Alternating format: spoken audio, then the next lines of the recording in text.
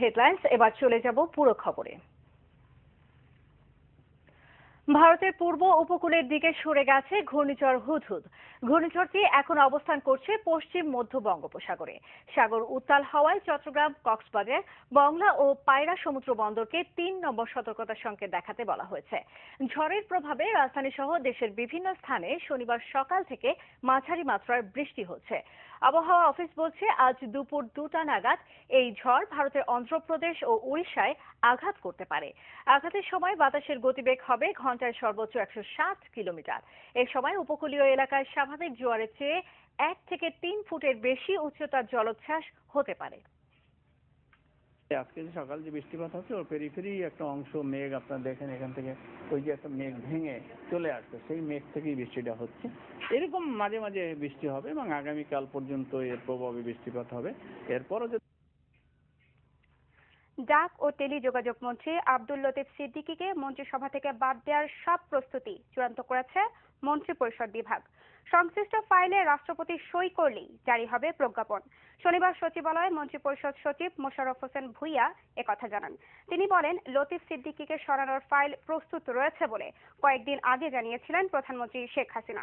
রাষ্ট্রপতি আব্দুল হামিদ হজ পালনে সৌদি আরবে থাকায় লতিফ সিদ্দিকীকে বরখাস্তের সিদ্ধান্ত কার্যকরে দেরি হচ্ছিল। 28 সেপ্টেম্বর নিউ ইয়র্কে এক সংবর্ধনা অনুষ্ঠানে হজ ও তাবলিগ নিয়ে আপত্তিকর বক্তব্য দেন লতিফ সিদ্দিকী। এতে ক্ষুব্ধ হন সারা দেশের মানুষ। তাকে দলে রাখা হবে কিনা সে ব্যাপারেও সিদ্ধান্ত নেবে আওয়ামী লীগ। সিদ্ধান্তের বিষয়, সেই সিদ্ধান্তটি মাননীয় প্রধানমন্ত্রী অলরেডি বলেছেন। মহামান্য রাষ্ট্রপতি আনুষ্ঠানিকভাবে এটি অনুমোদন করার পরে ক্যাবিনেট ডিভিশন থেকে আমরা প্রজ্ঞাপন জারি করব। হজ ও তাবলিগ জামাত নিয়ে লতিফ সিদ্দিকীর বেফাঁস মন্তব্যের জন্য ক্ষমা চাইলেন তার ছোট ভাই বঙ্গবীর কাদের সিদ্দিকী। জাতীয় প্রেস ক্লাবে এ বিষয়ে তিনি দেশবাসীর কাছে দুঃখ প্রকাশ করেন। সিদ্দিকী আমার কেউ না, মন্ত্রী লতিফ সিদ্দিকী আমার কেউ না, কিন্তু আল্লাহ প্রদত্ত সম্পর্কে আমি তার ভাই। দেশের মানুষের অনুভূতিতে যে আঘাত লেগেছে সেজন্য আমি ক্ষমা প্রার্থনা করছি। মুসলমানের অনুভূতিতে আঘাত করার জন্য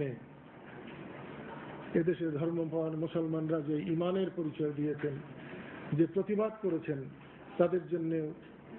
তার জন্য তাদেরকে আমি ধন্যবাদ জানাই, শুকরিয়া জানাই, মোবারকবাদ জানাই। দেশের সব থেকে বড় নৌঘাঁটি হচ্ছে পটুয়াখালীর রাফনাবাদে। এতে থাকবে সাবমেরিন বার্থিং ও অ্যাভিয়েশন সুবিধা। চট্টগ্রামে নৌবাহিনীর প্রথম মিসাইল ফ্রিগেট বিএনএস ওসমানকে ন্যাশনাল স্ট্যান্ডার্ড অ্যাওয়ার্ড দিতে গিয়ে এ ঘোষণা দেন প্রধানমন্ত্রী। 2030 সালের মধ্যে নৌবাহিনীকে ত্রিমাত্রিক বাহিনীতে পরিণত করা হবেও বলে জানান প্রধানমন্ত্রী। গোলাম মাওলা মুরাদের রিপোর্ট। সকাল 11:15টায় চট্টগ্রামে নৌবাহিনীর নেভাল বার্তে পৌঁছান প্রধানমন্ত্রী শেখ হাসিনা। এ সময় তিনি 25 বছর ধরে দেশের জলসীমায় গুরুত্বপূর্ণ দায়িত্বের জন্য বিএনএস ওসমানকে ন্যাশনাল স্ট্যান্ডার্ড অ্যাওয়ার্ড প্রদান করেন। অনুষ্ঠানে প্রধানমন্ত্রী ঘোষণা দেন, দেশের সবচেয়ে বড় নৌঘাঁটি হবে পটুয়াখালীর রফনাবাদে। থাকবে সাবমেরিন বার্থিং এবং এভিয়েশন সুবিধা।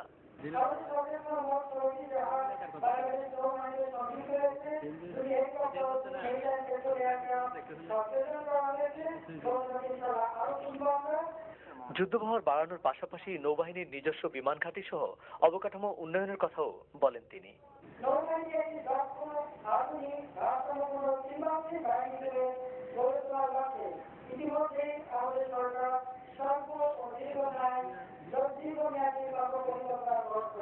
প্রধানমন্ত্রী বলেন, শক্তিশালী নৌবহর গঠনে অত্যাধুনিক 2টি করভেট চীনে নির্মাণ হচ্ছে। এছাড়া দেশের জলসীমা নিরাপদ রাখতে নৌবাহিনীকে সক্ষম করতে সব রকম ব্যবস্থা নিচ্ছে সরকার। ভৌগোলিক আর রাজনৈতিক স্বার্থে 1974 সালে বঙ্গবন্ধু শেখ মুজিবুর রহমান ঘোষণা করেছিলেন একটি আধুনিক নৌবাহিনী গড়ে তোলার গুরুত্বের কথা।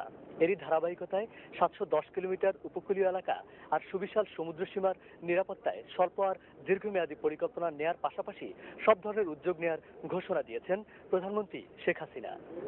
গোলাম মাওলা মুরাদ, এশিয়ান টিভি, চট্টগ্রাম। ফেনী সদরের বাথানিয়া গ্রামে বোমা বানাতে গিয়ে বিস্ফোরণে মারা গেছেন একজন, এতে আহত হয়েছে 3 জন। পুলিশ বলছে শনিবার বিকেলে বাথানিয়ার একটি কাছের দোকানে বেশ কয়েকজন যুবক বোমা বানাচ্ছিল। এ সময় বিস্ফোরণে দোকানটি উড়ে যায়। ঘটনাস্থলেই মারা যায় যুবক নুরুন নবী। সে একই এলাকার জমাদ্দার বাড়ির এসাকের ছেলে।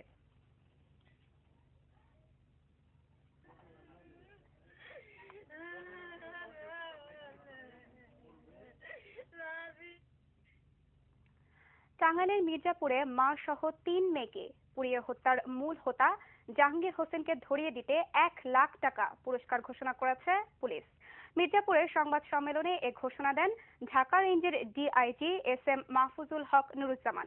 গত সোমবার রাতে মির্জাপুরের 10 নম্বর গোড়া ইউনিয়নের সোহাগপাড়ায় মা ও 3 মেয়েকে পুড়িয়ে হত্যা করেন জাহাঙ্গীর ও তার সহযোগীরা।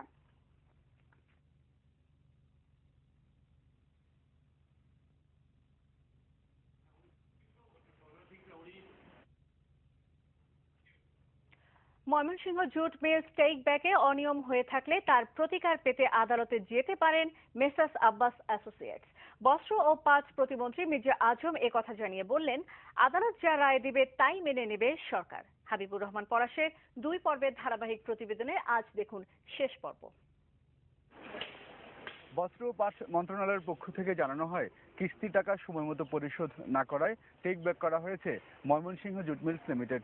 তবে 7 আগস্ট বিজিএমসি টেক ব্যাকের পরপরই মিলের প্রধান ফটকে জোড়ানো হয় শামীম এন্টারপ্রাইজ প্রপার্টিজ লিমিটেডের সাইনবোর্ড। এসব প্রক্রিয়াকে অবৈধ হিসেবে উল্লেখ করে আব্বাস অ্যাসোসিয়েটসের পক্ষ থেকে বলা হয়, উচ্চ আদালতের রায় থাকায় এককভাবে 2001 সালে সম্পাদিত চুক্তি বাতিল, পরিবর্তন, পরিমার্জন করতে পারবে না কোনো পক্ষ।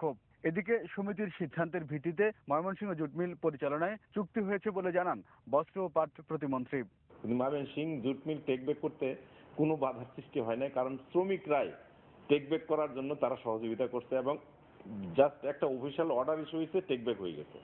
এরপরে শ্রমিকরাই আবার প্রপোজাল দিচ্ছে তারা নতুন ফাইন্যান্সিয়াল পার্টনার নিতে চান এবং সেই নতুন ফাইন্যান্সিয়াল পার্টনারের কাছ থেকে সরকার নিয়ম অনুযায়ী যে সমস্ত ডাউন পেমেন্ট নেওয়া হয়েছে। রিভিশনের রায় বলল পরিষ্কারভাবে যে সরকার একতরফাভাবে এই চুক্তিনামা, সম্পাদিত চুক্তিনামার কোনো ধারা ভেরি, অল্টার, মডিফাই, সাবস্টিটিউট কিছুই করতে পারবে না।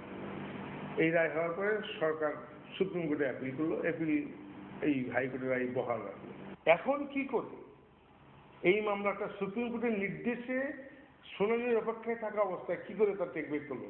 দখলের মধ্য দিয়ে উৎপাদনমুখী মিলটি আবারও ধ্বংস করার চক্রান্ত হচ্ছে বলে মনে করেন মোহাম্মদ আব্বাসুল্লাহ। তবে টেক ব্যাক প্রক্রিয়ায় কোনো অনিয়ম হয়ে থাকলে আব্বাস অ্যাসোসিয়েটসকে আদালতের রায়ের অপেক্ষায় থাকতে বললেন বস্ত্র ও পাট প্রতিমন্ত্রী। আমাদের কোনো লঙ্ঘন হয়ে থাকে সেটার বেনিফিট তো সেই পাবে, তার আইনের ঘরে যাক, আইনের ঘর থেকে, কোর্ট থেকে আমাদের উপর তার যা লঙ্ঘন হয়েছে, আমরা যা অন্যায়ভাবে যেটুকু করে থাকি সেটা আইনের ঘর থেকে আমাদের উপরে তো রুল আসবে, নির্দেশনা আসবে।